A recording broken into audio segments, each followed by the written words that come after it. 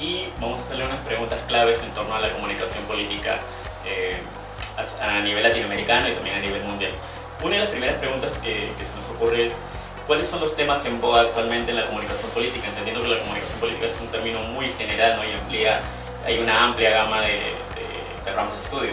Bueno, encantado, Miguel Ángel.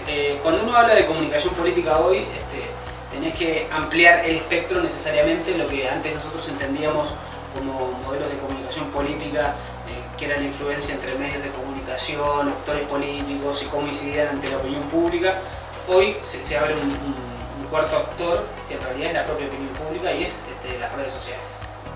Con las redes sociales como mecanismo de acción y de incidencia en la agenda pública, como mecanismo de colocar temas y espacios de participación desde la ciudadanía hacia los gobernantes, y también como canales de comunicación un poco más eficaces, más eficientes, ¿por qué no?, desde los gobernantes hacia los ciudadanos. En Latinoamérica hemos visto episodios en los cuales un presidente suele ser muy popular, tiene altos índices de popularidad, y cuando ha querido comunicar alguna política de Estado, esta no ha tenido la complacencia de la población, ¿no? Te estoy poniendo, por ejemplo, el caso de Manuel Santos en Colombia, ¿no? Que pudo haber tenido algunos picos de popularidad, pero cuando llegó al plebiscito, la gente dijo no. ¿A qué hace referencia este tipo de fenómenos? Sí, bueno, ahí cuando el caso de Santos lo estudiamos en esta publicación, Medios de Lucha, que estamos presentando, y en realidad cuando uno analiza el caso de Santos, nosotros lo visualizamos como una especie de tecnócrata que traicionó a su clase por la paz, porque él venía, si bien viene de la estirpe uribista, del gobierno de Uribe, él en realidad, a diferencia de Uribe, pertenece a la aristocracia, al poder conservador colombiano, con antecedentes familiares de haber estado en la presidencia, un hombre que parecía destinado a ocupar ese lugar, a diferencia de Uribe, que tenía un acercamiento de carácter más popular. Él volvió a colocar a la aristocracia en el poder de Colombia. Y se la jugó, colocó un tema en agenda que era el issue, o sea, principal, y fue tras ese tema y lo conquistó mediáticamente y triunfó. A pesar de que en los resultados de los plebiscitos haya perdido la construcción popular que hizo, porque lo perdió a la hora del voto, él de todas formas instaló el tema en agenda. Y hoy, cuando uno analiza la comunicación política del gobierno, tal vez es más relevante instalar un tema en la agenda, hacerse dueño de ese tema, que incluso ganar elecciones. Santos es el hombre de la paz, y ese es el principal eje del tema de Colombia.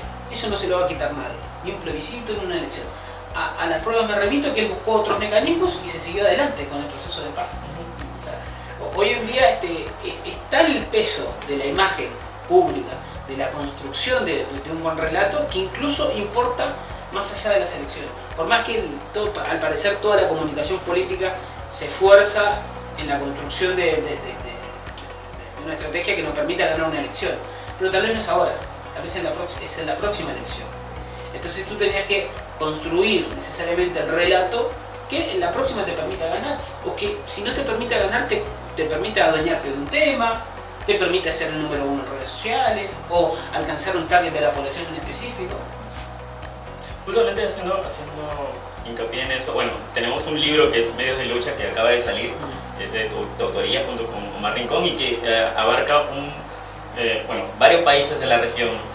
En ese sentido, hay una forma en la que comunican los gobiernos latinoamericanos, o digamos, hay un hilo conductor en la comunicación de los gobiernos latinoamericanos en sí, una forma personalizada, distinta de otras formas de comunicar en Estados Unidos, en Europa, o cada país es totalmente distinto por sus Sí, a mí me pasa mucho, Miguel Ángel, cuando voy a algunos congresos. La semana pasada estuvimos en Cartagena de Indias, en Colombia, en el International Association of Media and Communication Research, y en otros congresos de carácter internacional, o cuando estoy en Europa, en los estudios del doctorado, que ven a América Latina como un bolsón. ¿Sí? Y en realidad no es así. O sea, América Latina es un gran laboratorio de la democracia, que tiene distintas implicancias prácticas, distintas bajadas del concepto de democracia, y por ende también de los modelos de comunicación de gobierno. Tenemos modelos de comunicación, si tú me preguntas cómo operacionalizar esto, bueno, tenemos modelos de comunicación de gobierno más abiertos, tenemos modelos de comunicación de gobierno más cerrados al trato con la prensa, a ocultar información, a no generar interacción con la ciudadanía. Tenemos modelos de comunicación más unidireccional, otros que trabajan más en red, otros más jerárquicos, verticales, otros más horizontales. Tenemos distintos modelos. Y eso responde a la cultura de comunicación política, responde a los patrones del sistema de medios, cómo es que funciona en el pasado, esa es mi tesis de doctorado, cómo funciona en el pasado la relación entre medios y actores políticos. Responde a un conjunto de variables que hace que cada caso en América Latina sea distinto y que incluso dentro de los países de América Latina, este libro no entra en eso, solamente analiza la comunicación de los gobiernos nacionales, pero tengamos distintas formas de comunicación de gobierno.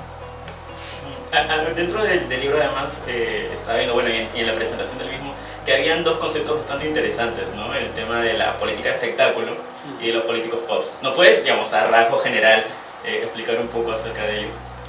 Bueno, cuando hablamos de política de espectáculo hablamos de la adopción de algunas lógicas de la construcción de espectáculos en medios masivos, como podría ser la televisión o el cine, a las prácticas políticas.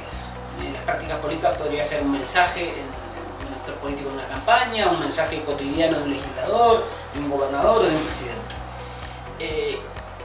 El tema es cuando las formas, esto ya lo planteó Sartori hace muchos años, cuando patentó el término movidas, para visualizar cómo el actor político se tragaba el tema de la televisión, y el ciudadano también lo hacía.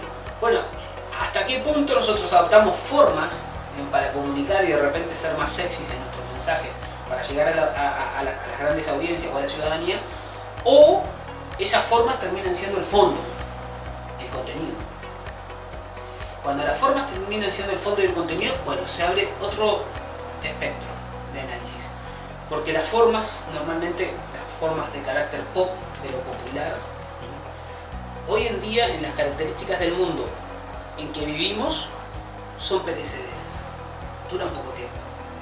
Lo pop tiende a ser efímero, a desaparecer, pero el presidente va a estar 4 o 5 años en el poder, no se va a ir con lo pop.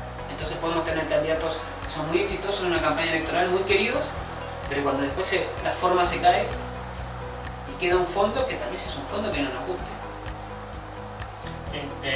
Bueno, en la región tenemos algunos gobiernos que son muy de carácter político, casi demagógico, y también gobiernos muy tecnócratas, ¿no? Ahí nace una pregunta que siempre he querido hacerte, que es ¿quiénes comunican mejor? ¿Es cierto que comunican mejor los políticos que los tecnócratas o es distinto? Hay una comunicación, un modelo de comunicación política que responde a cada cultura de comunicación política. Hay un marco teórico en los estudios de comunicación política que son precisamente la cultura de comunicación política. Fesch es una de las autoras principales, pero tenemos varios, que en definitiva buscan visualizar cómo son las pautas de construcción de la comunicación política a lo largo de un país. Por ejemplo, en mi tesis yo estudio Argentina, Chile y Uruguay y entiendo que en Argentina hay un modelo de cultura de comunicación política que está muy incidido, muy influenciado, por el hecho de que sea un gobierno federal, que el poder de las provincias y de los líderes provinciales tiene un poder que es distinto al de Chile, donde el presidente tiene un poder importante, que es distinto al de Uruguay, donde tanto el parlamento como el presidente tienen poderes de controles mutuos. Entonces no existe un modelo ideal, ni que uno sea más demagógico, ni otro sea más populista y otro más tecnócrata. Lo que hay son estilos que responden a culturas de comunicación política. Un punto que es bastante interesante además es el tema de las redes sociales en los últimos años como vía de comunicación política. ¿Qué tan importante es el trabajo que hacen los gobiernos en redes sociales?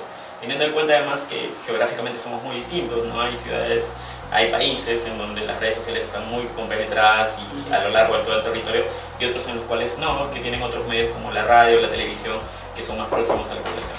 Creo que las redes sociales tienen un aspecto central hoy en el modelo de comunicación de gobierno. Más vale que central, en el sentido de que cambia la perspectiva de que antes teníamos un modelo de broadcasting donde había un canal de televisión o una radio que transmitía para el conjunto. Y ahí hacíamos el recorte de la realidad colectiva.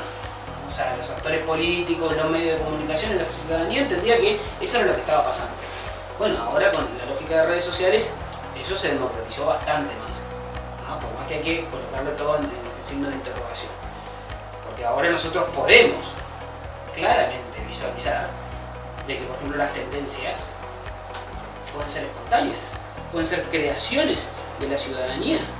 Entonces, acá lo interesante es cómo nosotros visualizamos procesos espontáneos de construcción de agenda desde las redes sociales. Porque también, como te decía, entre comillas, eso podría ser absolutamente falso. Podríamos colocar a un bot community manager y a bots, como tenemos ahora, a inventar lo que pasa en las redes sociales y a generar tendencias que son falsas, etcétera, etcétera.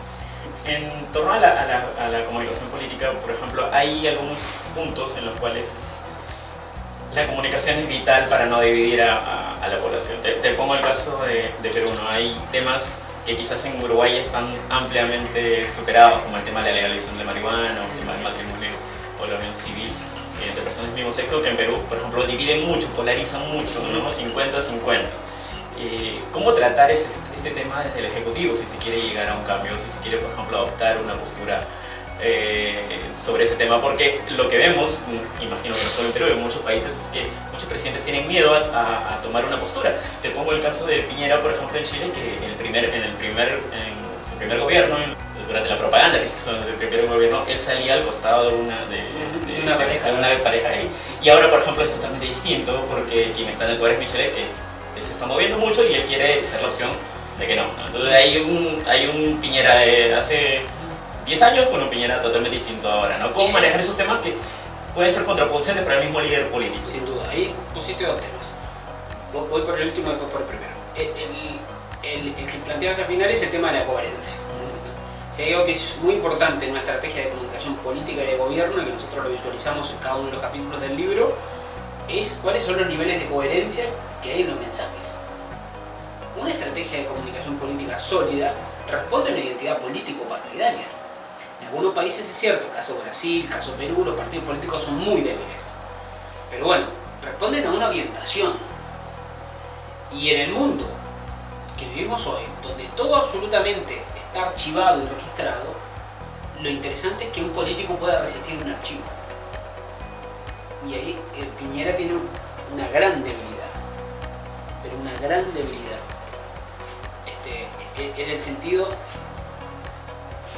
de que si él va a cambiar los ejes discursivos, la ciudadanía y la oposición tiene pruebas de que él en algún momento dijo lo contrario. Y eso le puede pasar a cualquier actor político. Y el otro tema que mencionaba en una conversación que habíamos tenido antes en Lima, Miguel, es el tema de, bueno, a ver, cada cultura política, cada ciudadanía, cada sociedad, tiene su agenda pública. Y dentro de su agenda pública hay determinados issues que son de interés. Issues es el término que utilizamos para estudiar los asuntos, las ideas, fuerza. Y bueno, hay unas sociedades que tienen ideas o valores más de carácter progresista y que les surge eso, hay otros que son más de carácter conservador, hay otros que están más preocupados por la economía. Los issues pueden ir cambiando en el tiempo. Cada actor político es dueño o debería tratar de ser dueño de algún issue con que la ciudadanía lo visualice. Y ahí está la diferencia. Hay gobiernos que pueden llevar adelante determinadas banderas políticas y hay otros que no, son hijos de su tiempo. Y ahora el gobierno de PPK, por ejemplo en Perú, levantará sus propias banderas. Otro gobierno levantará otras banderas y así. Son hijas de su tiempo. No se deben, en eso no se pueden presionar, ni tampoco casi que son incomparables los ejes de cada sistema político, los ejes temáticos, porque en definitiva cada sistema político hace énfasis en los temas que son de la agenda y de la cultura política del momento, que además va cambiando. Interesante. Una última pregunta que me parece bastante importante para tener en consideración todo lo de comunicación política. Hay gobiernos que pueden gestionar mal, pero comunican bien las cosas, ¿no? Y viceversa, o sea, se puede dar ese fenómeno. Sí. Tengo un muy buen amigo mío, Mario Riorga, que en uno de sus primeros artículos se llamaba Gobierno bien pero comunico mal. Y en realidad a eso le contestamos, se contestó él mismo, de que en realidad no, o sea, comunicar mal es hacer un mal gobierno. No existen gobiernos que gobiernen bien y comunican mal. La comunicación es parte de la esencia del gobierno. Es el momento en que la ciudadanía visualiza, comprende, hace seguimiento de cuáles son las acciones que el gobierno está llevando adelante, que puso ahí o que no puso ahí, por si es la oposición, pero cuál es el que nos está gobernando a todos. Es el ciclo en que se cierra de las políticas públicas. Y al mismo tiempo es el origen de las políticas públicas, porque desde una buena comunicación, que en parte no solamente es hablar, sino que también escuchar, salen las demandas. ¿Cuáles son las demandas que el electorado, que la ciudadanía tiene para alimentar el diseño de las políticas públicas? Entonces no existe gobiernos que gobiernan bien pero comunican mal. Si comunican mal son malos gobiernos. Y más en la sociedad en que vivimos hoy. Una sociedad donde la política es espectáculo, donde tenemos fenómenos como el de la posverdad, las fake news, tenemos la incidencia de redes sociales en la vida cotidiana, además, exactamente, la lógica de mediatización con la que vivimos todos. Entonces uno dice, bueno, es como obvio que un gobierno va a tener como tema central la comunicación. Si no lo tiene, y bueno, algo está pasando. Y se ha trabajado mucho en Latinoamérica en especializarse en el tema de comunicación política. Lo lindo de hacer estas publicaciones y estas investigaciones comparadas es que la anterior la hicimos en el 2013 y medíamos 2005-2010. Y ahora medimos 2010-2016. Y así espero que tengamos la oportunidad de seguir viendo las fotos a lo largo del tiempo. Una especie de estudio panel sobre las comunicaciones de gobierno. Porque los países no van a cambiar, van a ser lo mismo por ahora. Y entonces vamos a ir viendo cómo se comportan esas estrategias a lo largo del tiempo. Y uno ve mejoras, ve mayor énfasis, más preocupaciones en profesionalizar, en contratar comunicadores, en crear agencias oficiales de noticias o secretarías de comunicación que permitan contar lo que hace el gobierno. En actualizarse, tal vez, ¿no? Exactamente. Tal vez después en el desempeño o en el tema del posicionamiento ante la prensa, ahí de repente sí, si uno ve el conjunto de América Latina, hay falencias. Hay falencias que duelen. En el caso de Venezuela es una de ellas. Hablando de la especialización en la comunicación política, para una persona que quiere iniciarse, por ejemplo, en temas de comunicación política, ¿qué autores qué le recomendarías? Mis cursos de grado sobre comunicación política empiezan siempre con Walton, que es Dominic Walton, que es el padre de la definición de comunicación política. Después hay algunos autores más actualizados, como Magner, que brindan un panorama más genérico. Y luego tenemos que ir a visualizar las distintas corrientes. Algunas harán más énfasis sobre las teorías de la incidencia de los medios sobre la opinión pública, entonces ahí tenés que partir desde la teoría matemática de la comunicación hasta estudiar a Lipovetsky, los consumos actuales de medios y tendencias culturales, pasando por un montón de teorías, espiral de silencio, bala mágica, agentes intermediarios, agendas setting, estudios de framing, estudios de mediatización, etcétera, etcétera. Después hay otros énfasis que hacen más sobre el estudio de los casos, ¿no? Cómo es una estrategia de comunicación política, qué partes tiene, cómo estudiar históricamente cómo han sido, cuáles han sido los desempeños. Otros hacen hincapié sobre redes sociales hoy en día, que eso es toda una tendencia. Otros hacen más hincapié en la comunicación de las políticas públicas como algo distinto de la comunicación política. Otros hacen más hincapié en las campañas electorales. Otros más sobre los medios específicos, radio, televisión, prensa. Y así pues, es un mundo que es enorme. Nosotros tenemos asociaciones y corrientes teóricas que son solo de comunicación política.